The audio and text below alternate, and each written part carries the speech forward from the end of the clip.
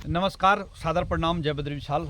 मित्रों, आज हम इस क्षेत्र में आए हैं घूमते हुए अन्य किसी कार्य से। इस क्षेत्र का आपको परिचय करा देते हैं। अपना कर्णप्रयाग ब्लॉक के अधीनस्थ ये है उज्ज्वलपुर। और अभी चलते हुए हमें राह में हमने कहा, यहाँ पर देखा कि किसी का ये व्यक्तिगत भवन है या सरकारी भवन है, तो पता चला कि ये सामान्य भवन नहीं है, राजकीय इंटर कॉलेज उज्ज्वलपुर है साहब। आप देखिएगा ये किस प्रकार का अजूबा है। मुझे लगता है कि यह एक 8वां अजूबा जो भवन इस प्रकार से जीर्ण शीर्ण अवस्था में है। आइए थोड़ा सी जो है आपको नजदीक से दिखाने का प्रयास करेंगे। यह कमरा बना होगा कभी जमाने में, जमाने का तात्पर्य किसी जमाने में नहीं, ये बना है भवन निर्माण 2003।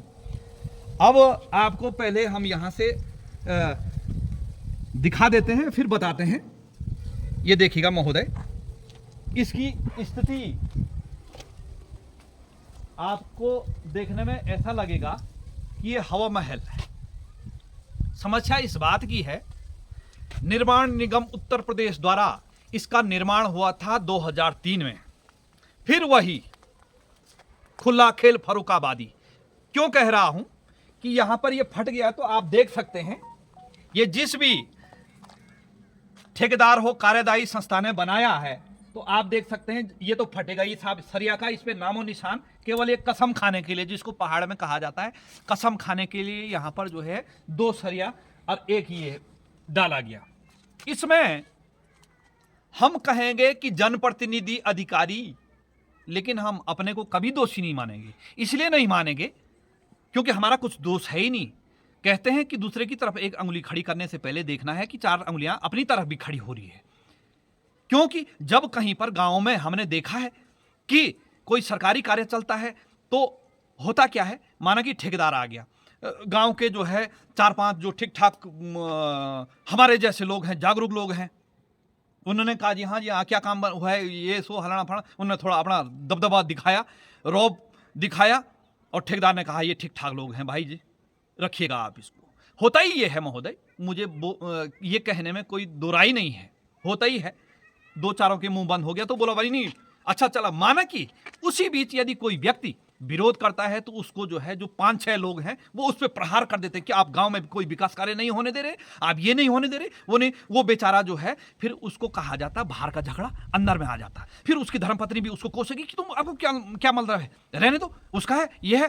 तो ये मैंने देखा अपने जीवन काल में, अमूमन अत्यधिक मात्रा में यही होता है हर घर में। अब आइएगा इस तरफ कि यह शिक्षा का जो भवन है, तो उसमें जब यह 2003 में बना होगा, तो मुझे लगता है, अब हम सरकार पे नहीं जाएंगे, लेकिन कार्यदायी संस्था में कुछ गिने चुने जिनको एक प्रमाण पत्र मिला होता है इंजीनियर का, तो उन इंजीनियरों ने यहाँ पे देखा होगा कि यह स्कूल का भवन बनना है, इसमें बच्चों ने पढ़ना है, हमारे देश का, हमारे प्रदेश के भविष्य ने पढ़ना है, तो उन्होंने, हो सकता है कि वहां फिर वही हो गया होगा ये वाला सिस्टम। दूसरी बात कि यह ऐसा नहीं कि ये कोई लाख में बना महोदय, लगभग 1.25 करोड़ रुपया 2003 में 1.25 करोड़ रुपये की लागत से यह भवन निर्माण हुआ था। और आज ये लगाइए कि यदि उस समय 2003 में 20-21 साल से ऊपर हो गए, यदि वो पैसा इन्वेस्टमेंट किया जाता अच्छी जगह का तात्पर्य, यदि ये भवन अच्छे सुचारू रूप से, तो 20 साल ये और चलता। और सबसे बड़े मजे की बात यह है कि यह भवन किसी के अधीनस्थ, यानी किसी को सुपुर्द किया ही नहीं गया, ये निर्माण निगम के ही अधीनस्थ जो है 20-21 सालों से चल ही रहा है। और होता क्या है, माना कि जो भी यहाँ पे प्रधान अध्यापक रहे होंगे, तो उन्होंने इसकी स्थिति हैंड टेकिंग लेने में नहीं थी, तो इसलिए जो है उन्होंने इसको लिया नहीं होगा। अब ये इसी प्रकार का जो है जीर्ण शीर्ण स्तरीय इसी प्रकार का एक विद्यालय मैं आपको उस विद्यालय पर प्रकाश डाल देता हूं। राजकीय इंटर कॉलेज कनखुल में, तो उसमें भी 1 करोड़ रुपया लग गया, लेकिन वो भवन अभी जो है शिक्षा विभाग के हैंड ओवर नहीं हुआ।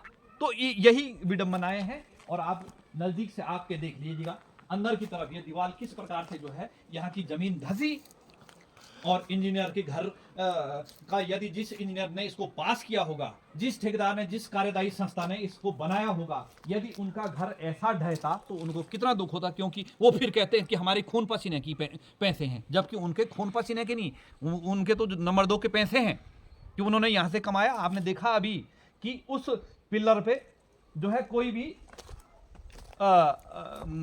सरिया नहीं पड़ा हुआ। आप ये देखिएगा, इसमें ये है, ये हो महोदय, आप देखिए नजदीक से, यदि यहां पर सरिया होती तो वो उसको जकड़ लेती। तो एक भी जो है आप देखिएगा, ये केवल ईंट में खड़ा किया ढांचा और उसके बाद बाहर से प्लास्टर पोत दिया, यानी खुला खेल फर्रुखाबादी।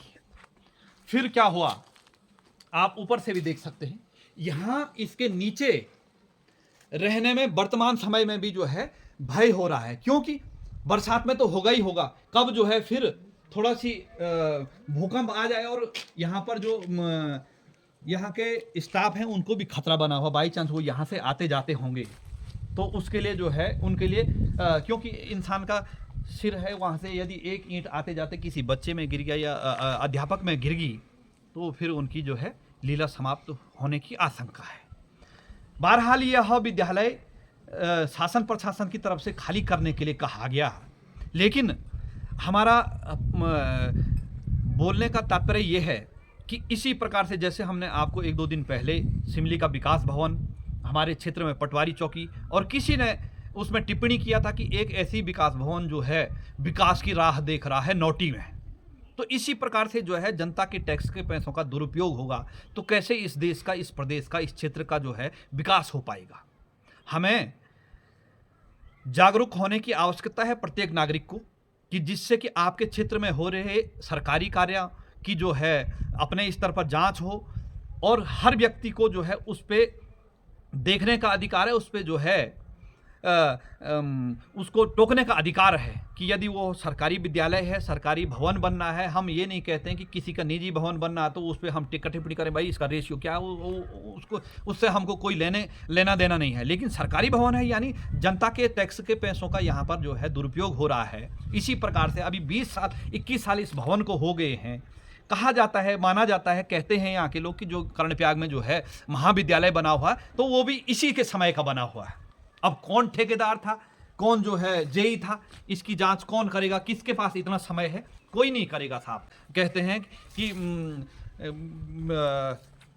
आ बैल मुझे मार, मेरे गले में सींग डाल वाली कहानी कोई नहीं करेगा, क्योंकि अब उस समय कोई जिलाधिकारी रहा, कौन जो है मुख्य शिक्षा अधिकारी रहा, कौन जो है इस कार्यदायी संस्था का जो है एक्शन अधिशासी अभियंता, अधीक्षण अभियंता रहा होगा। तो ये स्थिति है। अब यहाँ पे ये भवन 2 भागों में हो जाता है। इस भवन की तो जीर्ण शीर्ण स्थिति है, यहाँ पर ना स्कूल की क्लासें चलती हैं और ना यहाँ पर कोई पठन पाठन चलता है। फिर भी जो स्टाफ रूम है यहाँ का, वो इस वाले भवन में, ये भी जो है ऐसी बात नहीं, ये भी खतरे से खाली, ऐसी नहीं कि ये खतरे से खाली नहीं है। आप देख सकते हैं नजदीक से कि ये है हमारा उत्तराखंड का विकास। ये देखिएगा अब होता क्या है, आगे देखिए, दरारें जो है पूर्ण रूप से आदमी इसमें सीधा खड़ा नहीं हो सकता है, उसको टेढ़ा ही खड़ा होना पड़ेगा। आगे ये मंच बनाया था, मंच भी पूर्ण रूप से झुक गया है। मंच का जो एरिया है, यदि उस समय यहाँ के जागरूक लोगों द्वारा इसमें आवाज उठाई जाती कि महोदय ये धंसने वाली, क्योंकि क्षेत्रीय लोग, कई बुजुर्ग लोग हैं, उनको उतना वैज्ञानिक दृष्टि से उनको ज्यादा अनुभव हो कि कौन सी जमीन मलमे वाली है, कौन सी धंसने वाली है। तो ये है दोस्तों स्थिति। और यहां पर से आप ये देखेगा, यहां से उधर जाने में भी जो है डर लग रहा है। तो ये है राजकीय इंटर कॉलेज उज्जवलपुर के जो है भवन की स्थिति। ये भवन का दूसरा छोर आप देख सकते हैं, यह भी पूर्ण रूप से जीर्ण शीर्ण की स्थिति में है। और इसमें 2 भवन है। इस वाले भवन में जो यहाँ के अध्यापक स्टाफ रूम और कार्यालय है, लेकिन मुझे लगता है ये भी जो है बरसात के दौरान यहाँ के जो अध्यापक वर्ग हैं उनको भी थोड़ा बच के चलने की आवश्यकता है, क्योंकि कुछ इस प्रकार की अनहोनी घटना ना हो। होता क्या है कि हम लोग, एक आम आदमी, पहाड़ का आदमी का फिलहाल काम चल रहा है, लेकिन काम चलने में कहीं जो है अपनी ज़िंदगी तमाम ना हो, तो इसका भी ख्याल रखने की आवश्यकता है। हालांकि मेरा मंतव्य ये नहीं है कि किसी को डराने का, लेकिन जिस प्रकार से इस भवन की जीर्ण शीर्ण स्थिति है, तो मैं यहाँ के अध्यापक वर्ग से और जो भी यहाँ स्कूल के स्टाफ हैं, तो उनसे मैं गुजारिश करूँगा कि वो उस तरफ से जो है हरकत न करें, क्योंकि वहाँ कभी भी आपने देखा कि वो ईंट गिर सकता है अध्यापक वर्ग के ऊपर या किसी बच्चों के ऊपर। हालांकि स्कूल प्रबंधन का कहना है कि उस तरफ हम बच्चों को नीचे की तरफ आने ही नहीं देती हैं, अच्छी बात है। तो ये है दोस्तों, हमारा बोलने का तात्पर्य ये है कि इस प्रकार के भवन इतने जो है सरकार के यानी जनता के टैक्स के पैसों का दुरुपयोग होगा। तो अब यहाँ पर जो भवन के लिए पैसे आएंगे, माना कि 1 करोड़ रुपया, तो उसमें ये यदि सुरक्षित रहता तो उसकी जगह पे कहीं जहाँ आवश्यकता थी, जहाँ जैसे इससे पहले उमा सैनी स्कूल में वहाँ उस समय से बना ही नहीं था, तो वहाँ वो पैसे काम आ जाते। यानी वहाँ पे भवन का निर्माण होगा तो वहाँ पे बच्चे काफ़ी जो है पढ़ने आते। तो कहीं जगह भवन की वजह से अध्यापक अभिभावकों को जो है अपने बच्चों को जो है बाज़ारों में या निजी स्कूलों में रखने के लिए बाध्य होते हैं। तो मित्रों, ये है हमारे देवभूमि उत्तराखंड की स्थिति विकास की राह में। अभी आने वाले लोकसभा चुनाव में फिर जो है प्रत्याशी आएंगे, बड़े बड़े वादे करेंगे, लेकिन मुझे लगता है कि जो स्थानीय क्षेत्रीय जो छुटभैया नेता कहते हैं, उन्हें यहाँ पर उन विधायक, उन सांसदों को लाने की आवश्यकता है कि सांसद महोदय ये देखिएगा, यहाँ आप सांसद निधि दे दीजिएगा जिनको आवश्यकता है। क्योंकि उस समय भी जब ये भवन बना है तो ऐसा नहीं हो सकता है कि यहाँ ऐसा नहीं हुआ होगा, सब जगह हुआ होगा, इसलिए इस भवन की स्थिति ऐसी हुई। तो लिहाजा भविष्य में इस प्रकार का जो है कार्य न हो। हम ये नहीं कहते हैं कि आप जो है 101% ठीक है, लेकिन जहाँ तक हो सके तो कम से कम जब उसने उस ठेकेदार ने, उस कार्यदायी संस्था ने क्या देखा, आज मुझे लगता है यदि किसी के अंदर किसी की इतनी हिम्मत हो कि किसने इसको बनवाया है, किसने जिस कार्यदायी संस्था ने बनाया, जिन भी उस समय कर्मचारी थे उन पर मुकदमा होना चाहिए, उनसे भरपाई होनी चाहिए, लेकिन कोई नहीं करे। ये तो नामुमकिन है, मुश्किल ही नहीं नामुमकिन है। तो ये है दोस्तों, आप लोगों का हार्दिक धन्यवाद। जय विशाल, सादर प्रणाम।